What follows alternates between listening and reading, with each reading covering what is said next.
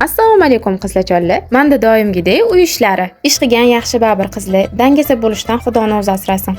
Aytadi-ku, dangasadan Xudo bezor deb. Masalan, uylarimni o'zim bilib tozalayman. Oyijon, meni tiqib qo'ying, qizim dishlarini kutib o'tirmayman. Vaqtimga qarab hammasini bitta qilib olaman. Har kuni nimadir ish qilmasam, o'zimni xuddi g'alati his qilaman. Nimadir ish qilishim kerak, bugun umuman ish qilmadim deb o'zim tergashga tushaman. Bu menga har doimgi odat tusiga aylangan. To'g'risi ham de qizlar, tozalasak o'zimiz uchun tozalaymiz, uyimizda baraka bo'ladi. Tozalangan uyga farishtalar kiradi. Kimdir etishini kutish bu menimcha xato deb o'ylayman. O'zimizga ham noqulay emasmi qizlar? Kimdirdan "Mamni tozalamabsiz" degan gapni eshitish. Undan ko'ra tez ishlarimizni qilib olamiz, keyin maza qilib oila davrasida bolalarimizni bag'rida o'tiramiz. Shunda ham bilaman, biza kelinlar hech ham tinmaymiz. Mayli qo'yaveringlar, Xudo xolasa ajrini ham olamiz. Faqat siz shu qilayotgan ishlaringizni rozi bo'lib, chin ko'ngildan qilsangiz, kimdandir rahmat eshitarmikinman yoki rag'bat eshitarmikinman deb emas. O'zim chiroyli uyda maza qilib toza uyda o'tiraman.